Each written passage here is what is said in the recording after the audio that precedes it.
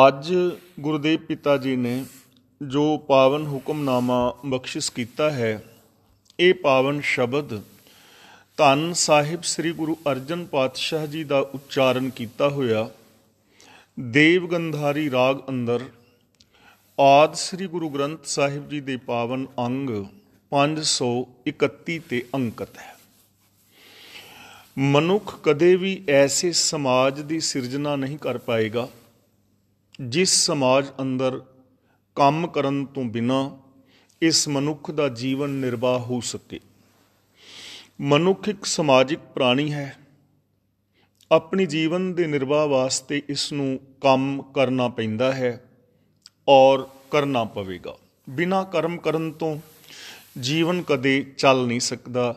ਚਾਹੇ ਸਰੀਰਕ ਲੋੜਾਂ ਪੂਰੀਆਂ ਕਰਨ ਵਾਸਤੇ ਕਿਰਤ ਆਦਿਕ ਕਰਨੀ ਹੈ, ਮਾਨਸਿਕ ਸ਼ਾਂਤੀ ਵਾਸਤੇ ਇਸਨੇ ਕਰਮ ਕਰਨੇ ਨੇ। ਬਿਨਾਂ ਕਰਮ ਤੋਂ ਮਾਨਸਿਕ ਸ਼ਾਂਤੀ ਨਹੀਂ ਮਿਲੇਗੀ।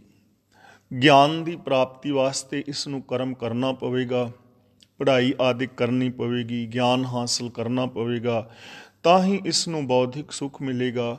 ਔਰ ਆਤਮਿਕ ਸ਼ਾਂਤੀ ਵਾਸਤੇ ਇਸ ਮਨੁੱਖ ਨੂੰ ਰੱਬੀ ਗੁਣ ਗਾਣੇ ਪੈਣਗੇ। ਭਾਵ ਕਿ ਕਰਮ ਤੋਂ ਬਿਨਾਂ ਮਨੁੱਖ ਦਾ ਜੀਵਨ ਚੱਲਣਾ ਨਾਮੁਮਕਿਨ ਔਰ ਅਸੰਭਵ ਹੈ। ਇਸ ਲਈ ਇਸ ਸੰਸਾਰ ਦੇ ਅੰਦਰ ਹਰ ਜੀਵ ਜੰਤ ਆਪਣੇ ਜੀਵਨ ਨੂੰ ਚਲਾਉਣ ਵਾਸਤੇ ਕਰਮ ਕਰਦਾ ਹੈ। ਮਨੁੱਖ ਜੀਵਨ ਨੂੰ ਚਲਾਉਣ ਵਾਸਤੇ ਕਰਮ ਕਰਦਾ ਹੈ। ਇਸ ਤੇ ਕਰਮਾਂ ਦਾ ਰਿਜ਼ਲਟ ਦੋ ਰੂਪਾਂ ਵਿੱਚ ਨਿਕਲਦਾ ਹੈ।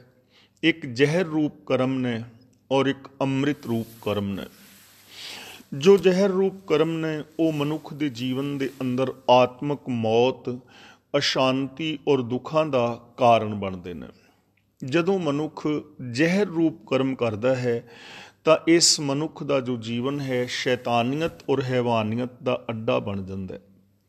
ਜ਼ਹਿਰ ਰੂਪ ਕਰਮ ਇਸ ਮਨੁੱਖ ਦੇ ਅੰਦਰੋਂ ਇਨਸਾਨੀਅਤ ਨੂੰ ਮਾਰਦੇ ਨੇ, ਇਸ ਦੀ ਆਤਮਿਕ ਮੌਤ ਦਾ ਕਾਰਨ ਬਣਦੇ ਨੇ। ਇਹ ਮਨੁੱਖ ਦੁਖੀ ਔਰ ਅਸ਼ਾਂਤ ਰਹਿੰਦਾ ਹੈ ਔਰ ਸੰਸਾਰ ਦੇ ਅੰਦਰ ਦੁੱਖ ਅਤੇ ਅਸ਼ਾਂਤੀ ਫੈਲਾਉਣ ਦਾ ਕਾਰਨ ਬਣਦਾ ਹੈ। ਦੂਜੇ ਪਾਸੇ ਅੰਮ੍ਰਿਤ ਰੂਪ ਕਰਮ ਨੇ ਜੋ ਇਸ ਮਨੁੱਖ ਦੇ ਜੀਵਨ ਅੰਦਰ ਆਤਮਿਕ ਜੀਵਨ ਪੈਦਾ ਕਰਦੇ ਹਨ, ਆਤਮਿਕ ਆਨੰਦ ਔਰ ਖੇੜਾ ਖੁਸ਼ੀਆਂ ਪੈਦਾ ਕਰਦੇ ਹਨ। ਇਸ ਮਨੁੱਖ ਦੀ ਜ਼ਮੀਰ ਜਿੰਦਾ ਹੁੰਦੀ ਹੈ, ਇਹਦੇ ਅੰਦਰ ਇਨਸਾਨੀਅਤ ਪੈਦਾ ਹੁੰਦੀ ਹੈ। ਇਹ ਆਪ ਸੁਖੀ ਔਰ ਸ਼ਾਂਤ ਰਹਿੰਦਾ ਹੈ ਅਤੇ ਸਮਾਜ ਨੂੰ ਸੁਖੀ ਔਰ ਸ਼ਾਂਤ ਕਰਨ ਦੇ ਵਿੱਚ ਇਹ ਸਹਿਯੋਗ ਕਰਦਾ ਹੈ, ਦੂਜਿਆਂ ਨੂੰ ਵੀ ਸੁੱਖ ਪ੍ਰਦਾਨ ਕਰਦਾ ਹੈ। ਦੋ ਤਰ੍ਹਾਂ ਦੇ ਇਸ ਮਨੁੱਖ ਦੇ ਕਰਮ ਨੇ, ਇੱਕ ਆਤਮਿਕ ਮੌਤ ਲਿਆਉਣ ਵਾਲੇ ਔਰ ਇੱਕ ਆਤਮਿਕ ਜੀਵਨ ਦੇਣ ਵਾਲੇ। ਹੁਣ ਫੈਸਲਾ ਮਨੁੱਖ ਦੇ ਆਪਣੇ ਹੱਥ ਵਿੱਚ ਹੈ ਕਿ ਇਹ ਆਤਮਿਕ ਮੌਤ ਲਿਆਉਣ ਵਾਲੇ ਕਰਮ ਕਰੇਗਾ ਜਾਂ ਕਿ ਆਤਮਿਕ ਜੀਵਨ ਲਿਆਉਣ ਵਾਲੇ ਕਰਮ ਕਰੇਗਾ। ਗੁਰਦੇਵ ਪਾਤਸ਼ਾਹ ਜੀ ਨੇ ਇਸ ਪਾਵਨ ਸ਼ਬਦ ਰਾਹੀਂ ਸਾਨੂੰ ਇੱਕ ਐਸੇ ਜੀਵਨ ਦੀ ਜੁਗਤ ਸਮਝਾਈ ਹੈ ਜਿਸ ਜੀਵਨ ਜੁਗਤ ਨੂੰ ਅਪਣਾ ਕੇ ਮਨੁੱਖ ਅੰਮ੍ਰਿਤ ਰੂਪ ਕਰਮ ਕਰਦਾ ਹੈ, ਜਿਸ ਰਾਹੀਂ ਇਸ ਦੇ ਬੋਲ, ਇਸ ਦੀ ਸੋਚ, ਇਹਦਾ ਵਿਹਾਰ ਅੰਮ੍ਰਿਤ ਰੂਪ ਹੋ ਜਾਂਦਾ ਹੈ ਔਰ ਇਸ ਮਨੁੱਖ ਦੇ ਜੀਵਨ ਦੇ ਅੰਦਰ ਆਤਮਿਕ ਜੀਵਨ, ਆਤਮਿਕ ਖੁਸ਼ੀਆਂ ਔਰ ਆਤਮਿਕ ਆਨੰਦ ਖੇੜਾ ਪੈਦਾ ਹੁੰਦਾ ਹੈ। ਇਹ ਚੜ੍ਹਦੀ ਕਲਾ ਦੇ ਅੰਦਰ ਰਹਿੰਦਾ ਹੈ।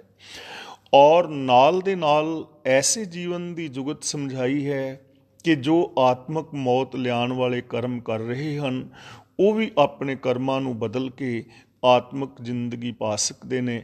ਕਿਵੇਂ ਅਸੀਂ ਐਸਾ ਜੀਵਨ ਪਾਉਣਾ ਹੈ, ਗੁਰਦੇਵ ਪਿਤਾ ਨੇ ਇਸ ਪਾਵਨ ਸ਼ਬਦ ਰਾਹੀਂ ਸਾਨੂੰ ਸਮਝਾਇਆ ਹੈ। ਆਓ ਬੜੇ ਪਿਆਰ ਦੇ ਨਾਲ ਵਿਚਾਰ ਕਰਨ ਦਾ ਯਤਨ ਕਰੀਏ। ਪਾਤਸ਼ਾਹ ਜੀ ਪਹਿਲਾ ਬਚਨ ਕਰਦੇ ਹਨ, ਮਾਈ ਪ੍ਰਭ ਕੇ ਚਰਨ ਨਿਹਾਰੋਂ। ਨਿਹਾਰੋਂ ਦਾ ਮਤਲਬ ਮੈਂ ਤੱਕਦਾ ਹਾਂ। ਮਾਈ ਦਾ ਮਤਲਬ ਹੇ ਮਾਂ, ਮੈਂ ਸਦਾ ਪ੍ਰਮਾਤਮਾ ਦੇ ਸੋਹਣੇ ਚਰਨਾਂ ਵੱਲ ਤੱਕਦਾ ਰਹਿੰਦਾ ਹਾਂ। ਭਾਵ ਕਿ ਮੈਂ ਪ੍ਰਭੂ ਦੀ ਸ਼ਰਨ ਤੱਕਦਾ ਹਾਂ, ਮੈਂ ਪ੍ਰਭੂ ਦੇ ਚਰਨਾਂ ਦੀ ਸ਼ਰਨ ਵਿੱਚ ਰਹਿੰਦਾ ਹਾਂ। ਪ੍ਰਭੂ ਦੇ ਚਰਨਾਂ ਦੀ ਸ਼ਰਨ ਵਿੱਚ ਰਹਿਣ ਤੋਂ ਭਾਵ ਹੈ ਕਿ ਰੱਬ ਦੀ ਰਜ਼ਾ ਔਰ ਭਾਣੇ ਦੇ ਅੰਦਰ ਤੁਰਨਾ, ਰੱਬੀ ਗੁਣਾਂ ਦਾ ਓਟ ਔਰ ਆਸਰਾ ਲੈਣਾ। ਜੋ ਵੀ ਮਾਲਕ ਪ੍ਰਭੂ ਦੀ ਰਜ਼ਾ ਭਾਣੇ ਦੇ ਅੰਦਰ ਜ਼ਿੰਦਗੀ ਜੀਵੇਗਾ ਉਸ ਮਨੁੱਖ ਦੇ ਕਰਮ ਉਸ ਮਨੁੱਖ ਦੀ ਸੋਚ ਉੱਤਮ ਹੋਵੇਗੀ। ਔਰ ਪ੍ਰਭੂ ਦੀ ਭਾਣੇ ਜਾਂ ਰਜਾ ਦਾ ਭਾਵ ਹੈ ਸਿਸਟਮ, ਨਿਯਮਾਵਲੀ ਜੋ ਇਸ ਸੰਸਾਰ ਨੂੰ ਚਲਾ ਰਹੀ ਹੈ, ਜਿਸ ਨੂੰ ਅਸੀਂ ਲਾ ਆਫ ਨੇਚਰ ਆਖਦੇ ਹਾਂ, ਜਿਸ ਨੂੰ ਅਸੀਂ ਕੁਦਰਤ ਦੇ ਨੇਮ ਵੀ ਕਹਿ ਦਿੰਦੇ ਹਾਂ। ਗੁਰਬਾਣੀ ਦੇ ਅੰਦਰ ਇਸੇ ਨੂੰ ਪ੍ਰਭੂ ਦਾ ਭਾਣਾ, ਪ੍ਰਭੂ ਦੀ ਰਜਾ ਕਿਹਾ ਹੈ ਔਰ ਪ੍ਰਭੂ ਦੇ ਗੁਣ ਕਿਹਾ ਹੈ।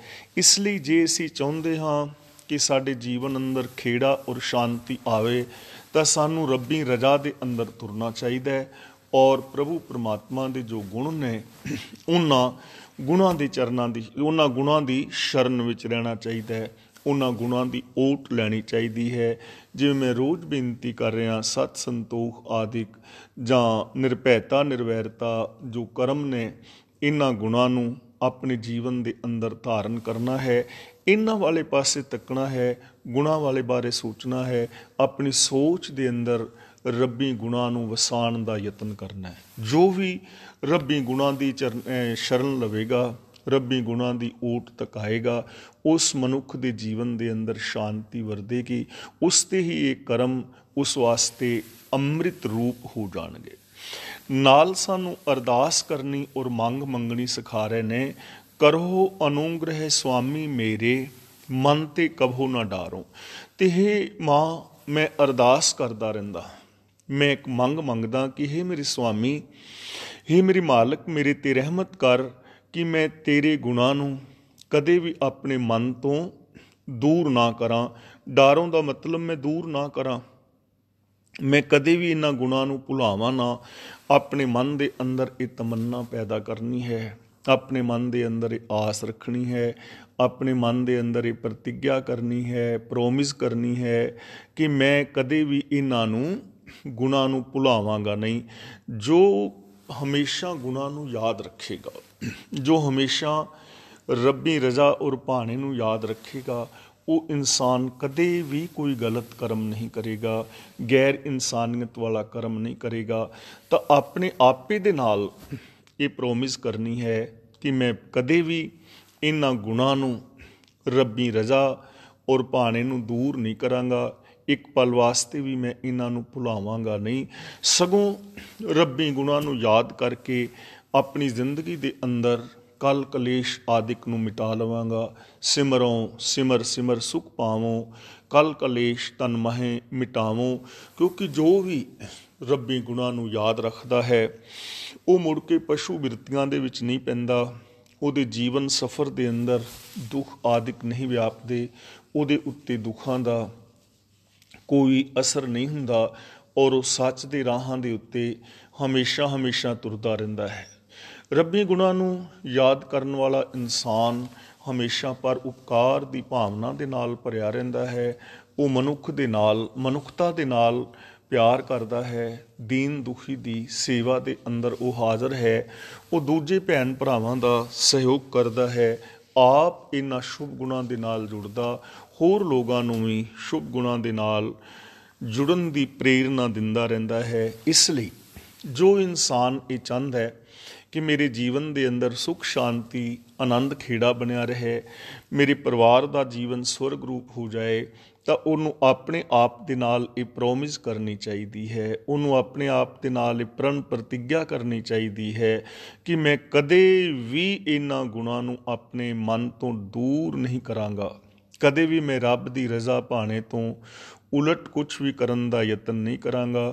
ਜੋ ਗੁਰੂ ਪਾਤਸ਼ਾਹ ਜੀ ਨੇ ਮੈਨੂੰ ਜੀਵਨ ਦਾ ਜੁਗਤ ਦਿੱਤੀ ਹੈ, ਜੀਵਨ ਦੀ ਜੁਗਤ ਦਿੱਤੀ ਹੈ, ਜੀਵਨ ਦਾ ਢੰਗ ਦਿੱਤਾ ਹੈ, ਜੋ ਗੁਰੂ ਜੀ ਮੈਨੂੰ ਵੇ ਆਫ ਲਾਈਫ ਦੇ ਰਹੇ ਨੇ, ਮੈਂ ਉਸ ਵੇ ਆਫ ਲਾਈਫ ਨੂੰ, ਉਸ ਜੀਵਨ ਜੁਗਤ ਨੂੰ ਹਮੇਸ਼ਾ ਅਪਣਾਵਾਂਗਾ।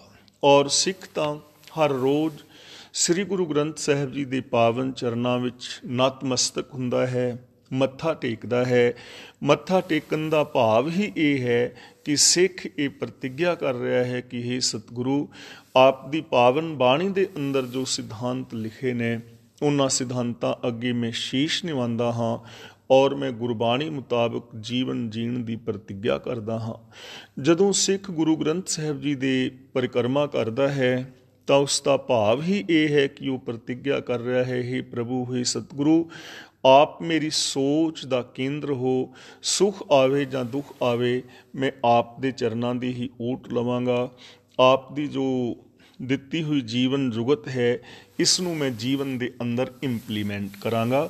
ਤਾਂ ਜੋ ਵੀ ਚਾਹੁੰਦਾ ਹੈ ਕਿ ਮੇਰੇ ਜੀਵਨ ਅੰਦਰ ਸੁਖ ਸ਼ਾਂਤੀ ਰਹੇ, ਮੇਰੇ ਜੀਵਨ ਵਿੱਚ ਖੇੜਾ ਰਹੇ, ਉਹਨੂੰ ਆਪਣੇ ਆਪ ਦੇ ਨਾਲ ਇਹ ਪ੍ਰਤਿੱਗਿਆ ਕਰਨੀ ਚਾਹੀਦੀ ਹੈ। ਨਾਲ ਤੀਜਾ ਬਚਨ ਕਰਦੇ ਨੇ, ਸਾਧੂ ਧੂਰ ਲਾਈ ਮੁਖ ਮਸਤਕ, ਕਾਮ ਕ੍ਰੋਧ ਬਿਖ ਜਾਰੋਂ। ਸਾਧੂ ਦਾ ਮਤਲਬ ਗੁਰੂ, ਲਾਈ ਦਾ ਮਤਲਬ ਮੈਂ ਲਾਵਾਂ, ਮੁੱਖ ਮਸਤਕ ਦਾ ਮਤਲਬ ਮੱਥੇ ਤੇ। ਹੇ ਮਾਲਕ ਮੇਰੇ ਤੇ ਕਿਰਪਾ ਕਰ, ਮੈਂ ਗੁਰੂ ਦੇ ਚਰਨਾਂ ਦੀ ਖਾਕ ਆਪਣੇ ਚਿਹਰੇ ਤੇ ਆਪਣੇ ਮਸਤਕ ਤੇ ਲਗਾਵਾਂ। ਹੁਣ ਚਿਹਰੇ ਤੇ ਮਸਤਕ ਤੇ ਖਾਕ ਲਗਾਉਣ ਦਾ ਭਾਵ ਹੀ ਇਹ ਹੈ ਕਿ ਮੈਂ ਆਪਣਾ ਮਸਤਕ ਗੁਰੂ ਦੇ ਚਰਨਾਂ ਤੇ ਰੱਖਾਂ। ਭਾਵ ਮੈਂ ਗੁਰੂ ਦੇ ਚਰਨਾਂ ਦੀ ਸ਼ਰਨ ਲਵਾਂ, ਗੁਰੂ ਦੇ ਦੱਸੇ ਹੋਏ ਰਾਹਾਂ ਤੇ ਤੁਰਨ ਦਾ ਯਤਨ ਕਰਾਂ। ਮੇਰੇ ਜੀਵਨ ਦੀ ਸਮੁੱਚੀ ਜੋ ਮੇਰੀ ਸ਼ਖਸੀਅਤ ਹੈ ਉਹ ਗੁਰਬਾਣੀ ਮੁਤਾਬਕ ਹੋਵੇ। ਮੇਰੇ ਜੀਵਨ ਦਾ ਹਰ ਕਰਮ ਗੁਰਬਾਣੀ ਮੁਤਾਬਕ ਹੋਵੇ। ਚਾਹੇ ਮੈਂ ਰਾਜਨੀਤਿਕ ਦੁਨੀਆ ਵਿੱਚ ਵਿਚਰਾਂ ਤਾਂ ਉੱਥੇ ਵੀ ਮੈਂ ਗੁਰੂ ਦੇ ਸਿਧਾਂਤਾਂ ਨੂੰ, ਸੱਚ ਨੂੰ ਨਾ ਭੁਲਾਵਾਂ। ਸਮਾਜਿਕ ਦੁਨੀਆ ਅੰਦਰ, ਸਮਾਜ ਅੰਦਰ ਆਪਣੇ ਰਿਸ਼ਤੇ ਨਾਤਿਆਂ ਦੇ ਫਰਜ਼ਾਂ ਨੂੰ ਨਿਭਾਉਣ ਲੱਗਿਆਂ ਮੈਂ ਕਦੇ ਵੀ ਗੁਰਮਤਿ ਦਾ ਪੱਲਾ ਨਾ ਛੱਡਾਂ, ਸੱਚ ਦਾ ਪੱਲਾ ਨਾ ਛੱਡਾਂ। ਮੇਰਾ ਸਮਾਜਿਕ ਜੀਵਨ ਵੀ ਹੀ ਸਤਿਗੁਰੂ ਆਪ ਦੀ ਪਾਵਨ ਬਾਣੀ ਮੁਤਾਬਕ ਹੋਵੇ। ਧਰਮ ਦੀ ਦੁਨੀਆ ਦੇ ਅੰਦਰ ਵਿਚਰਦਿਆਂ ਮੈਂ ਜਿੰਨੇ ਵੀ ਕਰਮ ਕਾਂਡ ਨੇ ਇਹਨਾਂ ਤੋਂ ਦੂਰ ਰਹਾਂ, ਸੱਚ ਨੂੰ ਆਧਾਰ ਬਣਾ ਕੇ ਮਨੁੱਖੀ ਫਰਜ਼ਾਂ ਨੂੰ ਪੂਰਿਆਂ ਕਰਾਂ। ਅਤੇ ਇਹ ਮਾਲਕ ਜੋ ਮੇਰਾ ਆਰਥਿਕ ਜੀਵਨ ਹੈ ਉਹਦੇ ਅੰਦਰ ਵੀ ਮੈਂ ਸੱਚ ਨੂੰ ਆਧਾਰ ਬਣਾ ਕੇ ਆਪਣੀ ਕਿਰਤ ਕਰਾਂ, ਯਾਨੀ ਸੱਚੀ ਸੁੱਚੀ ਕਿਰਤ ਕਰਾਂ। ਮੇਰੇ ਜੀਵਨ ਦੇ ਅੰਦਰ 2 ਨੰਬਰ ਆਦਿਕ ਦੇ ਧੰਦੇ ਨਾ ਹੋਣ। ਪਰਿਵਾਰਕ ਵਿਵਹਾਰਕ ਜੀਵਨ ਜੋ ਹੈ ਉਹਨੂੰ ਨਿਭਾਉਂਦਿਆਂ ਵੀ ਮੈਂ ਆਪ ਦੇ ਚਰਨਾਂ ਦੀ ਓਟ ਲਵਾਂ। ਤਾਂ ਇਹ ਮਾਲਕ ਰਹਿਮਤ ਕਰਕੇ ਮੇਰਾ ਮਸਤਕ ਆਪ ਦੇ ਚਰਨਾਂ 'ਤੇ ਝੁਕਿਆ ਰਹੇ, ਮੈਂ ਤੁਹਾਡੇ ਚਰਨਾਂ ਦੀ ਸ਼ਰਨ ਵਿੱਚ ਰਹਾਂ। ਅਤੇ ਚਰਨਾਂ ਦੀ ਸ਼ਰਨ ਵਿੱਚ ਰਹਿ ਕੇ ਕੀ ਕਰਾਂ? ਕਾਮ ਕ੍ਰੋਧ ਬਿਖ ਜਾਰੋਂ।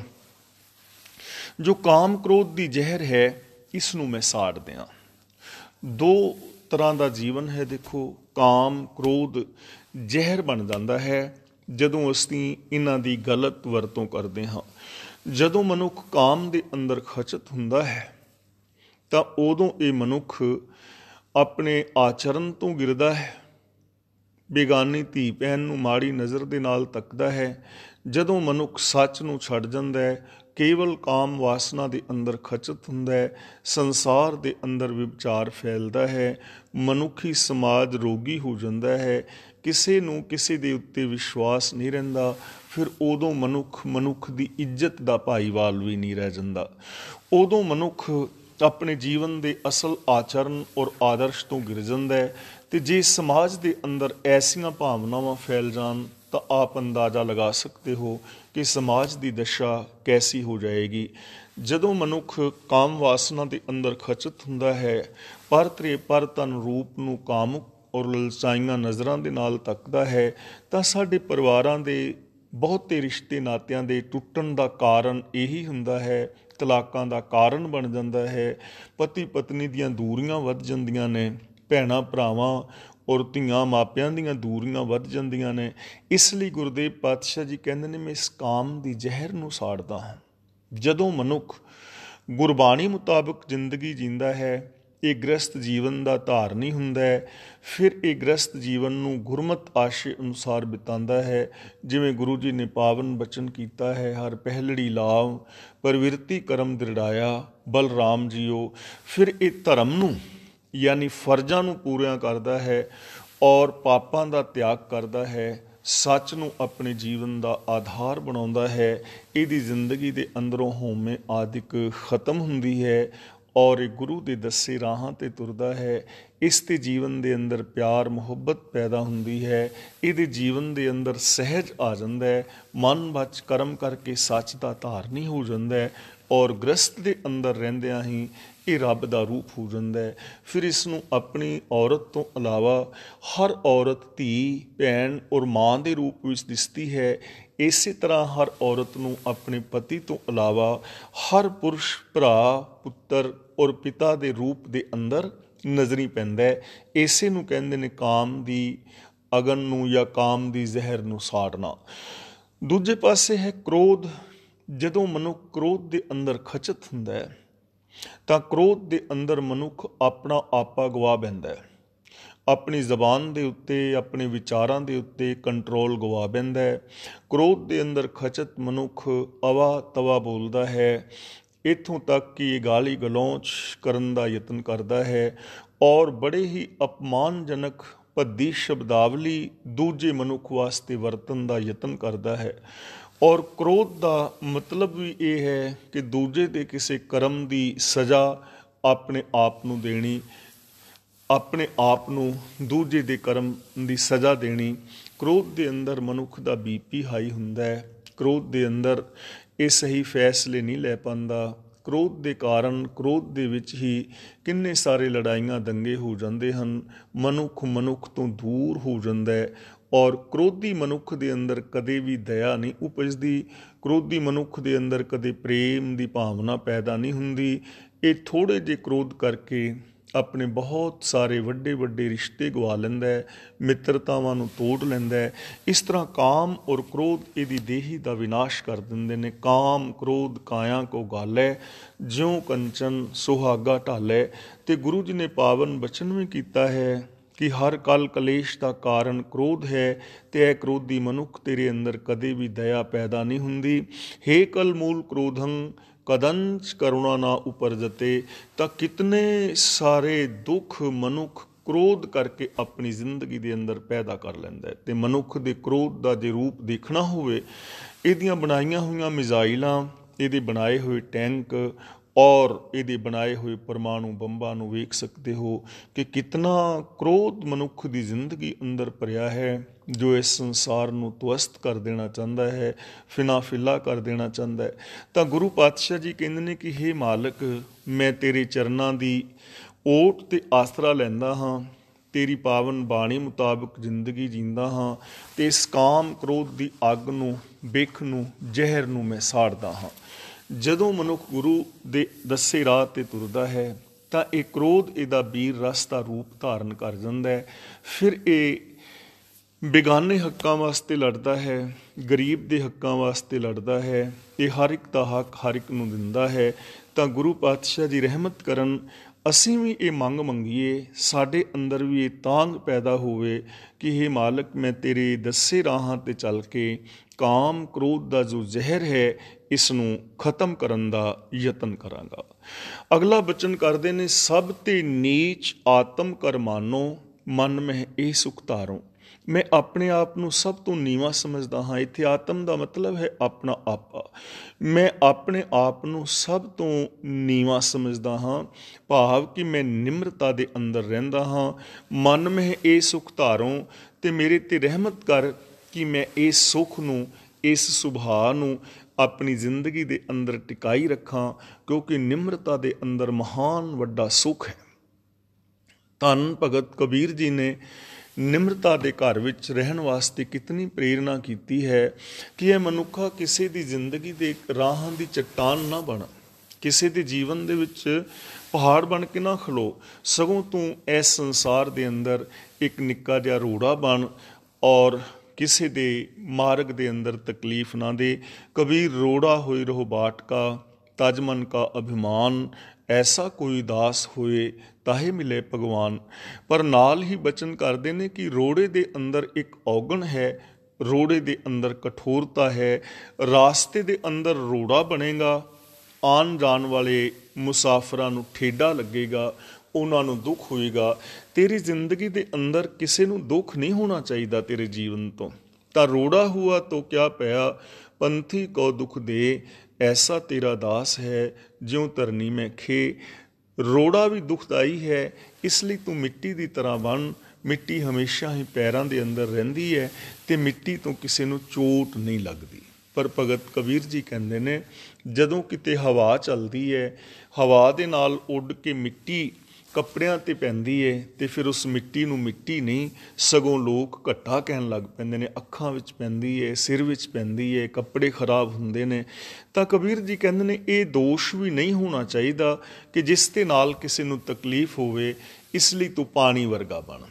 ਕਬੀਰ ਜੀ ਦਾ ਪਾਵਨ ਬਚਨ ਖੇਹੀ ਹੋਈ ਤੋ ਕਿਆ ਪਿਆ, ਜੋ ਉਡ ਲਾਗੇ ਅੰਗ ਹਰ ਜਨ ਐਸਾ ਚਾਹੀਏ ਜਿਉ ਪਾਣੀ ਸਰਬੰਗ। ਪਾਣੀ ਦੇ ਅੰਦਰ ਇੱਕ ਗੁਣ ਹੈ ਸ਼ੁੱਧਤਾ, ਪਾਣੀ ਦਾ ਗੁਣ ਹੈ ਸ਼ੀਤਲਤਾ, ਪਾਣੀ ਦਾ ਗੁਣ ਹੈ ਨਿਮਰਤਾ। ਪਰ ਪਾਣੀ ਹਾਲਾਤ ਦੇ ਅਸਰ ਨੂੰ ਕਬੂਲਦਾ ਹੈ। ਜੇ ਉਹਨੂੰ ਛਾਂ ਵਿੱਚ ਰੱਖੋਗੇ ਠੰਡਾ ਹੋ ਜਾਏਗਾ, ਜੇ ਉਸ ਨੂੰ ਧੁੱਪ ਵਿੱਚ ਰੱਖੋਗੇ ਗਰਮ ਹੋ ਜਾਏਗਾ। ਯਾਨੀ ਸੁਭਾਅ ਦੇ ਅੰਦਰ ਸਿਚੁਏਸ਼ਨ ਨੂੰ ਉਹ ਕਬੂਲਦਾ ਹੈ, ਹਾਲਾਤਾਂ ਨੂੰ ਕਬੂਲਦਾ ਹੈ ਔਰ ਹਾਲਾਤ ਮੁਤਾਬਕ ਆਪਣੇ ਸੁਭਾਅ ਨੂੰ ਬਦਲ ਲੈਂਦਾ ਹੈ। ਹੁਣ ਕਬੀਰ ਜੀ ਕਹਿੰਦੇ ਨੇ ਕਿ ਤੇਰੇ ਵਿੱਚ ਇਹ ਦੋਸ਼ ਵੀ ਨਹੀਂ ਹੋਣਾ ਚਾਹੀਦਾ ਕਿ ਹਾਲਾਤ ਮੁਤਾਬਕ ਤੂੰ ਆਪਣੇ ਸੁਭਾਅ ਨੂੰ ਬਦਲੇ, ਕਿਸੇ ਦੇ ਨਾਲ ਗਰਮ ਔਰ ਕਿਸੇ ਦੇ ਨਾਲ ਠੰਡਾ ਸੁਭਾਅ ਵਾਲਾ ਵਰਤਾਵ ਕਰੇ। ਹਮੇਸ਼ਾ ਤੇਰੀ ਜ਼ਿੰਦਗੀ ਦੇ ਅੰਦਰ ਨਿਮਰਤਾ, ਸ਼ੀਤਲਤਾ ਔਰ ਸ਼ੁੱਧਤਾ ਚਾਹੀਦੀ ਹੈ। ਇਸ ਲਈ ਭਗਤ ਕਬੀਰ ਜੀ ਕਹਿੰਦੇ ਨੇ ਪਾਣੀ ਹੁਆ ਤੋ ਕਿਆ ਪਿਆ, ਸੀਰਾ ਤਾਤਾ ਹੋਏ ਹਰ ਜਨ ਐਸਾ ਚਾਹੀਏ ਜੈਸੇ ਹਰ ਹੀ ਹੋਏ। ਰੱਬ ਦਾ ਪਿਆਰਾ ਰੱਬ ਵਰਗਾ ਹੀ ਹੋ ਜਾਂਦਾ ਹੈ, ਪਰ ਐਸਾ ਤਾਂ ਹੀ ਹੋਏਗਾ ਜੇ ਮਨੁੱਖੀ ਜ਼ਿੰਦਗੀ ਦੇ ਅੰਦਰ ਨਿਮਰਤਾ ਹੋਏਗੀ।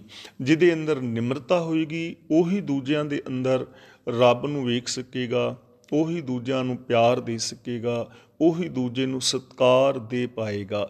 ਇਸ ਲਈ ਗੁਰੂ ਜੀ ਕਹਿੰਦੇ ਨੇ ਕਿ ਮੈਂ ਆਪਣੇ ਆਪ ਨੂੰ ਸਭ ਤੋਂ ਨੀਵਾਂ ਸਮਝਦਾ, ਮਨ ਦੇ ਅੰਦਰ ਇਸ ਸੁੱਖ ਨੂੰ, ਇਸ ਸੁਭਾਅ ਨੂੰ ਹਮੇਸ਼ਾ ਟਿਕਾਈ ਰੱਖਣਾ ਚਾਹੁੰਦਾ ਹਾਂ।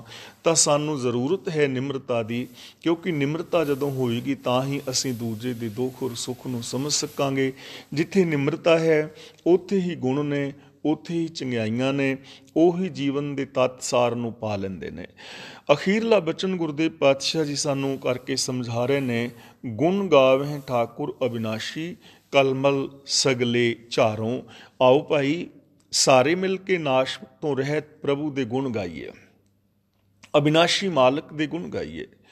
ਪ੍ਰਭੂ ਅਬਿਨਾਸ਼ੀ ਹੈ, ਉਸ ਦਾ ਕਦੇ ਵਿਨਾਸ਼ ਨਹੀਂ ਹੋਣਾ, ਅਤੇ ਜਿਸ ਦਾ ਕਦੇ ਵਿਨਾਸ਼ ਨਹੀਂ ਹੋਣਾ ਉਹਦੇ ਗੁਣ, ਉਹਦਾ ਸੁਭਾਅ ਵੀ ਅਬਿਨਾਸ਼ੀ ਹੋਏਗਾ ਔਰ ਉਹਨਾਂ ਗੁਣਾਂ ਤੋਂ, ਉਸ ਸੁਭਾਅ ਤੋਂ ਉਪਜਿਆ ਹੋਇਆ ਸੁੱਖ ਵੀ ਸदैਵੀ ਔਰ ਅਬਿਨਾਸ਼ੀ ਹੋਏਗਾ।